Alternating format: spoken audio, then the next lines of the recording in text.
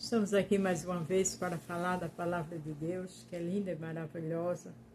Estamos trabalhando no livro de 2 Samuel, a história de Davi. Mas antes de eu dar continuidade, eu vou falar do tema, que está lá em Hebreus 12, do 5 ao 7. Será que vocês já esqueceram as palavras de encorajamento que Deus lhe disse, como se vocês fossem filhos dele? A pergunta que ele faz. Pois ele disse, preste atenção, meu filho.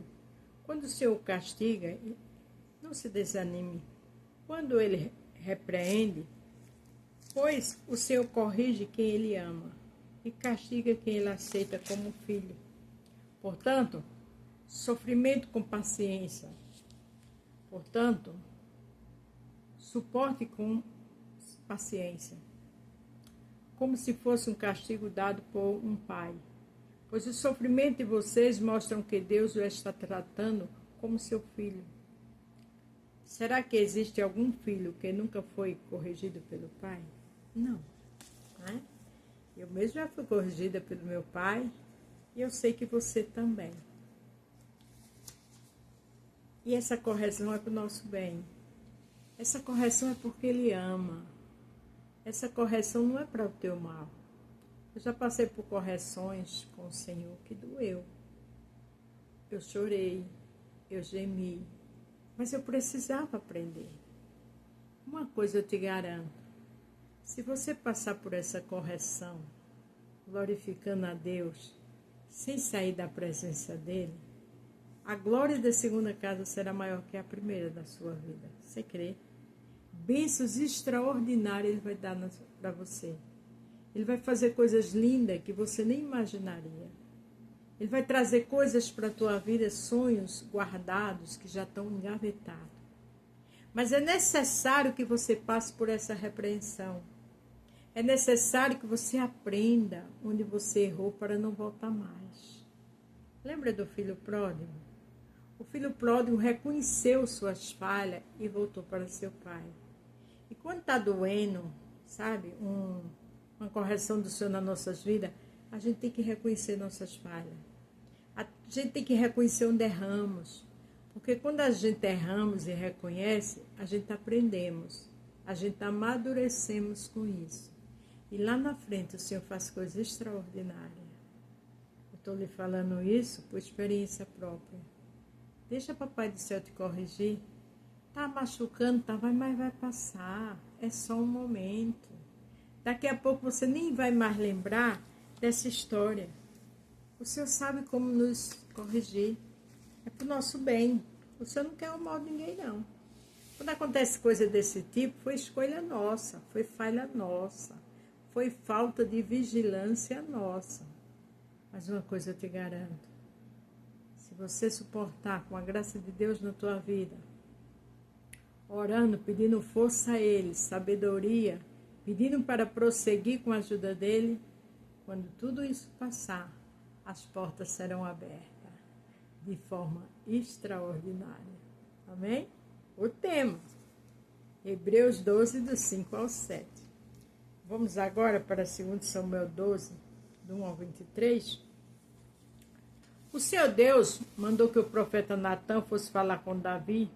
Natã foi e disse: havia 2 homens que viviam na mesma cidade. Um era rico e o outro era pobre. O rico possuía muito gado e ovelhas, enquanto o pobre tinha somente uma ovelha que ele havia comprado. Ele cuidou dela e ela cresceu na sua casa junto com os filhos dele. Ele alimentava com a sua própria comida. Deixava que ela bebesse no seu próprio copo. E ela dormia no seu colo. A ovelha era como uma filha para ele. Natã era o profeta, que foi ali mandado de Deus, para falar com Davi, para mostrar o que Davi tinha feito. Certo dia, um visitante chegou à casa do homem rico.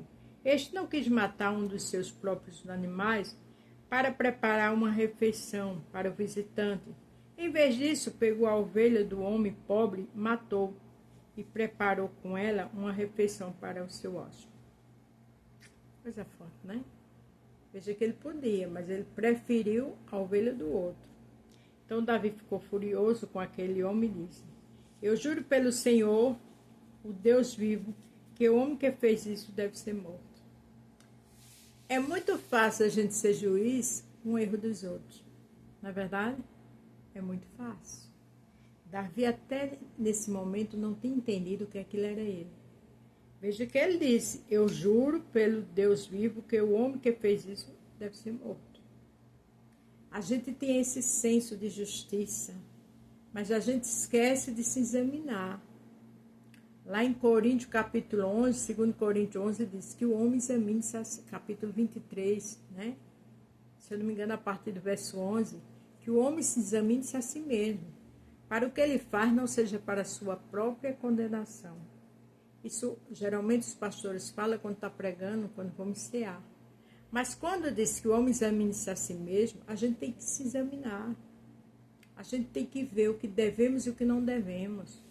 E quando a gente estiver, sofrendo por uma falha nossa, a gente tem que reconhecer nossas falhas. Como o filho pródigo reconheceu. Vê que até esse momento ele disse que o homem tinha que ser morto. Ele deverá pagar 4 vezes o que tirou por ter feito uma coisa tão cruel. Então Natan disse a Davi: esse homem é você. Natan corajoso, determinado, né? Porque ele estava falando com o rei, uma autoridade máxima daquele país. Mas o homem de Deus, quando Deus manda, Deus se responsabiliza. E ele tem que fazer o que Deus quer, não é o que as pessoas querem. Ele não tem que ficar com 2 conversinhas em cima do... não, porque é meu amigo, não. Amigo, família é uma coisa, e uma ordem de Deus é outra. Não podemos misturar as coisas. Isto que diz o Senhor, o Deus de Israel: eu tornei você rei de Israel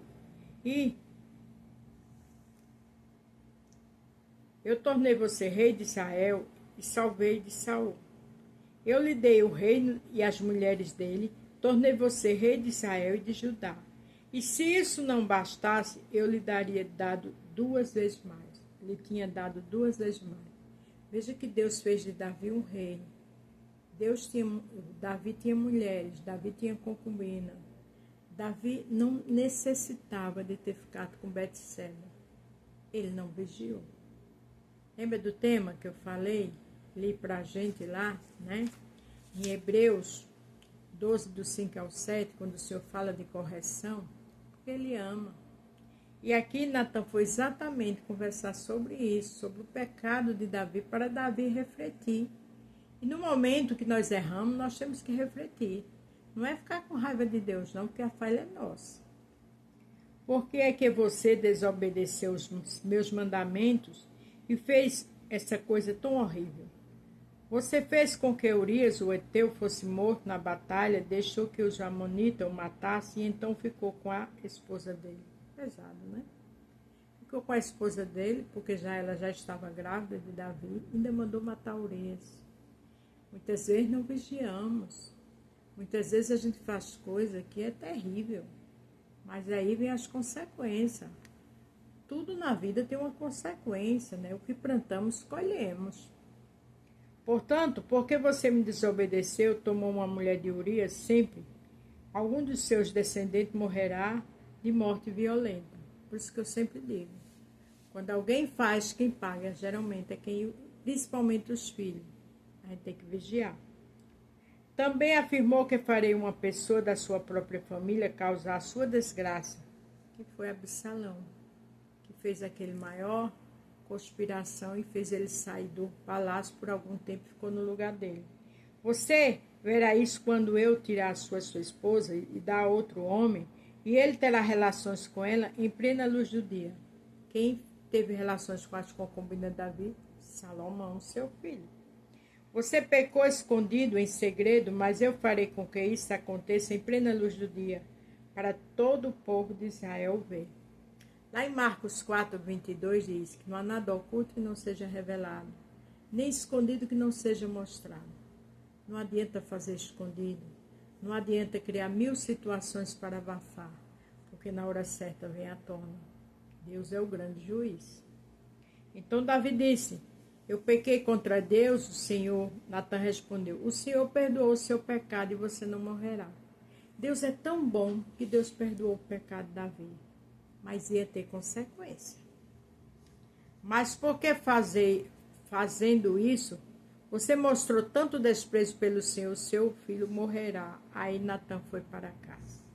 Veja que quando a gente peca, quando a gente desagrada a Deus, a gente despreza Ele. Não é sério isso? Foi o que Natan falou com Davi. Você desprezou o Senhor. A gente tem que vigiar.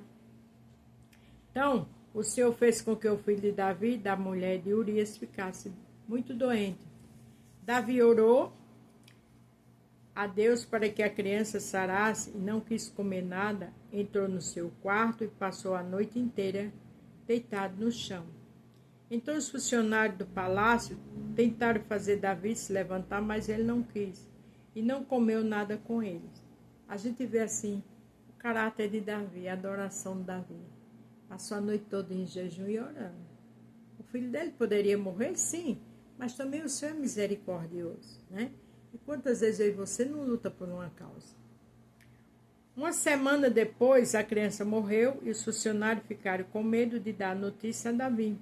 Eles disseram: enquanto a criança estava viva, Davi não respondia.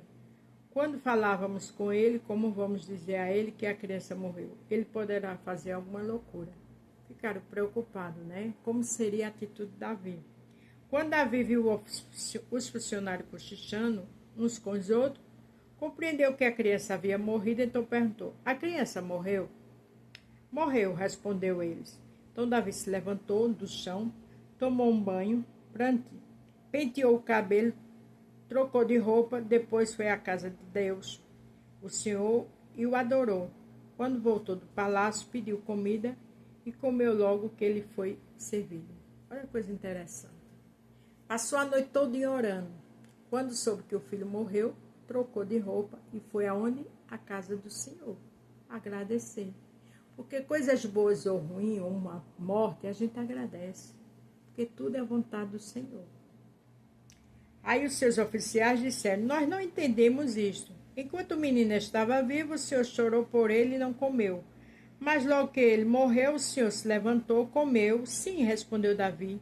Enquanto o menino estava vivo, eu jejuei e chorei, porque o Senhor poderia ter pena de mim e não deixar que ele morresse. Mas agora que está morto, por que jejuar?